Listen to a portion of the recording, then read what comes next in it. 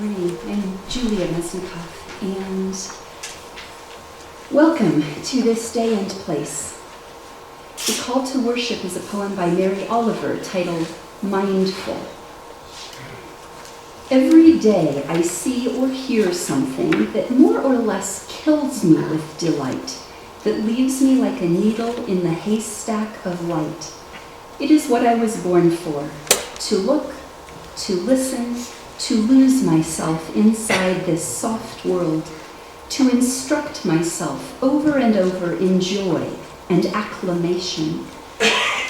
Nor am I talking about the exceptional, the fearful, the dreadful, the very extravagant, but of the ordinary, the common, the very drab, the daily presentations. Oh, good scholar, I say to myself, how can you help but grow wise with such teachings as these, the untrimmable light of the world, the ocean's shine, the prayers that are made out of grass? Please join me in a spirit of prayer.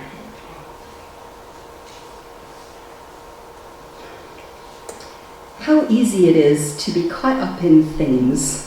How easy it is to be overtaken by anxiety and grief and too much adulthood, and how natural. Let us remember this morning, together in community, that friendship and integrity and love and hope are the important things to focus on.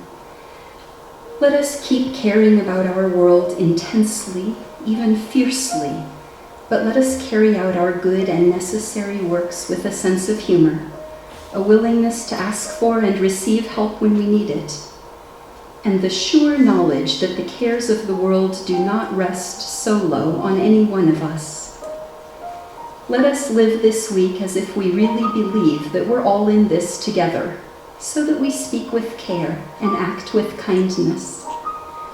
And let us take seriously the tremendous value of play, of doing things that bring us joy. The more light we create within ourselves, the more we can shine that light into a world so very much in need of it. And today, in particular, we rejoice with Eddie and Madeline, who are celebrating their 17th anniversary. Amen.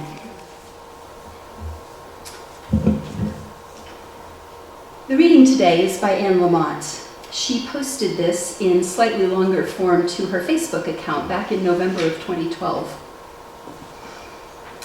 I am beginning to think that this body of mine is the one I will have the entire time I am on this side of eternity.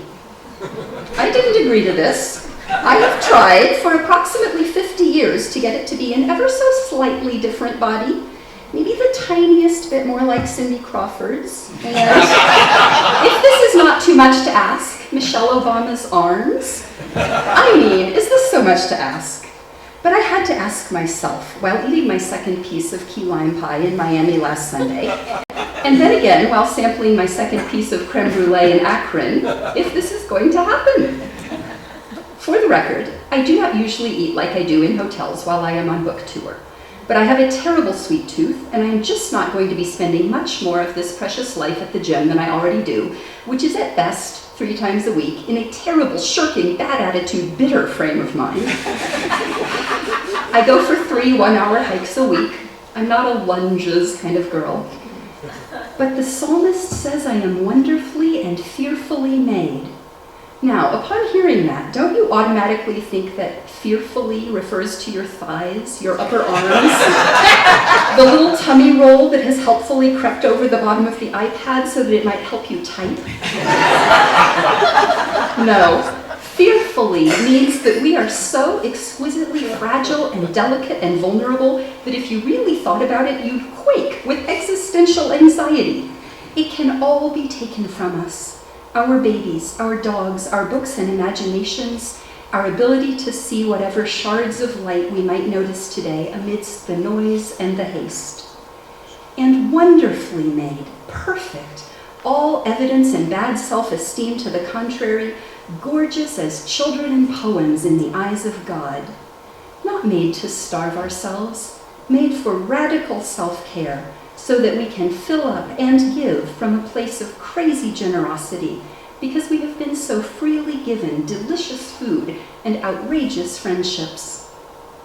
So yeah, I just started out to share this one possible insight, that this will be my body the whole time I am here. This one! Yikes, how awful. No, wait, this exact one that is still here against all odds. Thank you, God. We have lost so many precious friends who would have done anything to have some more time in this joint, with our mother outdoors, with those they love most. Anything. So that is how I am going to spend today, pretty much sort of more or less believing that this is it. This body, this biography, this exact family, this everything. And it is wonderfully made of love and energy, for love and energy, for giving, for, as William Blake said, learning to endure the beams of love. And joy will always be the best makeup. Dear Emma. In 1996, almost 20 years ago, I was in graduate school in Boulder, pursuing a master's degree in religious studies. There was a professor there, a middle-aged white man who taught in the religion department, who had gotten deeply into African dance. I remember at the time how I would imagine Sam, in his early 50s, his white hair sometimes dyed a golden orange, bopping around and considering it a religious experience. The image left me perplexed and bemused at the time. I still thought of religious dance as other, something that happened among Sufis, among African and Native American traditions, not among my Caucasian, more or less Protestant people. And truthfully, I have yet to be in any mostly white Protestant church where there was regular dancing. But I have become a dancer over recent years. It's had a powerful impact on my self-image, my sense of myself as embodied, and the quantity of joy in my life.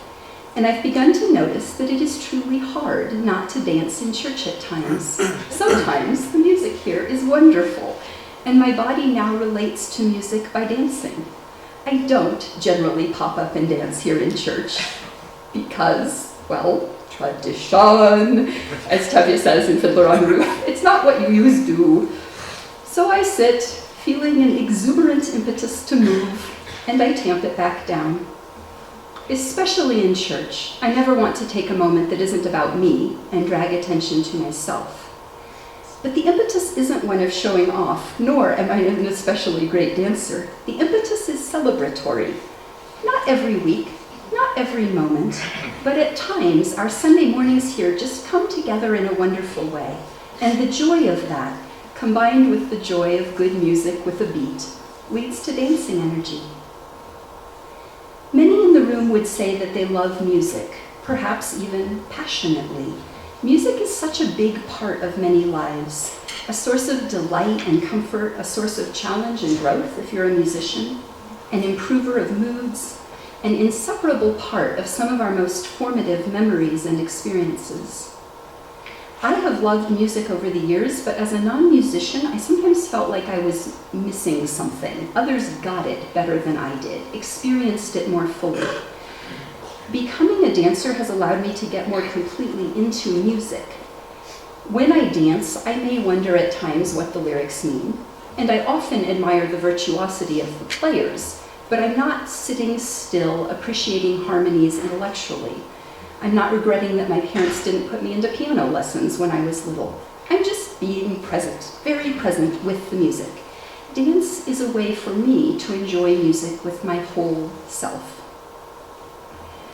Over the past decade or two, there's been an explosion in happiness research among social scientists. Writers as revered as Buddhist teacher Thich Nhat Hanh and as mainstream as Daniel Gilbert, the author of Stumbling on Happiness, are publishing books with happiness itself as their theme. Happiness is no longer seen as a slightly questionable or selfish goal, very much secondary to ethical behavior and hard work. One of the most consistent threads through this new research is the value of doing as opposed to thinking.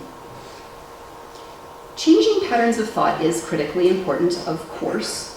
As Shakespeare so rightly said, there is nothing good or bad, but thinking makes it so. Our expectations, our context, our frame of reference shape every response we have, and we can have a great deal of mental control over these things with practice, a lot of practice. But as anyone who has tried to build a serious, consistent meditation practice knows, it is not easy. So happiness research that encourages me to do something other than meditation and brain training, has come as a bit of a relief. Depending on whom you're reading or listening to, happiness may accrue as you bicycle or hike or garden or sing or paint or dance. The key seems to be participation, and participation in something so engrossing that you lose yourself in it. You get out of your overactive, second-guessing, distracted brain, what Buddhists call your monkey mind, and you function as a whole, embodied person for a while. How many of you routinely compose emails, create grocery lists, or revisit old arguments while you're driving? Pretty much every adult I know does this. Our bodies do one thing, our brains do another. There's some efficiency in this, and on long road trips, that dissociation can become precious. But have you noticed how much readier children are to dance than adults? Young kids aren't dualists. They don't think about one thing while doing another. Little kids dance because they haven't separated their brains from their bodies yet. The music that sparks their imagination, their thinking or feeling, moves their bodies too. I'm sure it's also related to their lack of self-consciousness. But I wonder if that's sort of another way of saying that they haven't become dualists yet. They're integrated, a word that has the same root as integrity and integer, a whole number. They're whole, mind and body together, so often music makes them dance. My husband Nathan preached here last year about integrity, which he defined as wholeness. Minimizing dualism through any approach, certainly not just dance, is a form of integrity.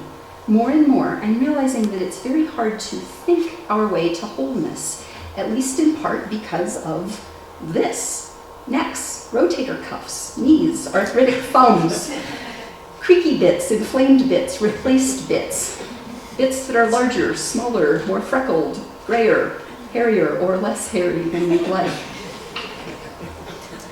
How many of you were taught as children that your body had no business being part of your spiritual life? I went to church at least once a week for 18 years, but my body, my physical existence in space and time, was almost entirely elided from that otherwise thorough religious education. How many of you wondered as kids about the purpose or meaning of life? I did a lot. I was taught in church that the purpose of life is to glorify God. The purpose of the body was to allow a person to glorify God through his or her actions. This was modestly satisfactory, images of a rather self-absorbed deity creating the human race in order to receive a greater volume of adoration. As if my main purpose in having my son Benjamin were for him to spend most of his time praising my maternal excellence. Yeah, right. Many of you here are aware of the OWL program, jointly created by the Unitarian Universalist Association and the United Church of Christ, but some will be less familiar with it. OWL stands for Our Whole Lives. It's a faith-based sexuality education curriculum, actually 6 different curricula for different ages, from kindergarten through adult. This church offers OWL classes periodically to different age groups. I've had the chance to teach the middle school OWL twice. I went through the kindergarten through 2nd grade OWL with our son last year, and I'll be teaching the 4th and 5th grade curriculum later this spring.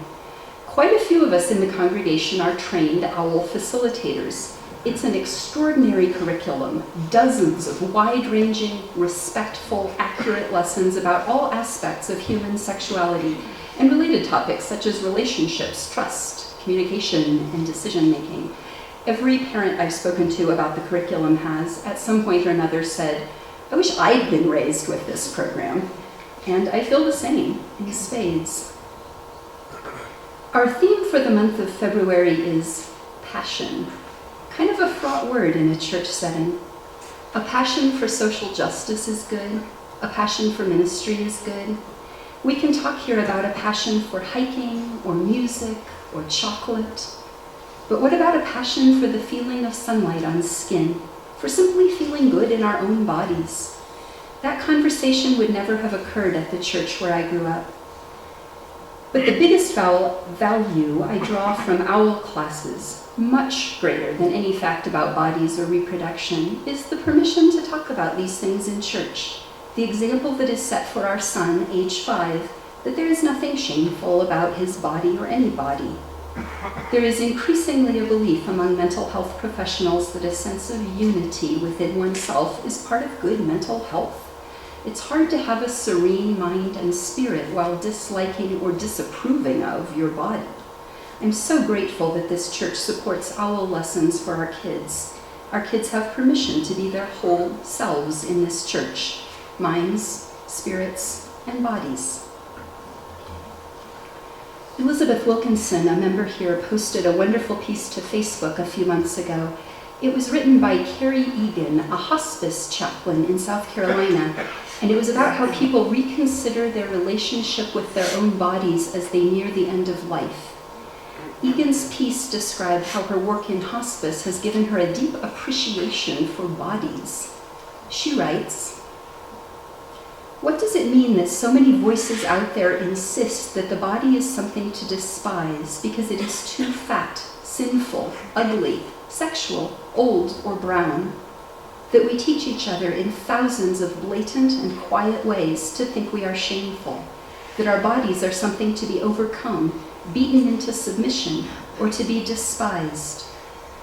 How do these voices telling us that we are supposed to hate our bodies affect our notions of how we care for the sick, disabled, elderly, children, mothers, soldiers, workers, immigrants, men and women?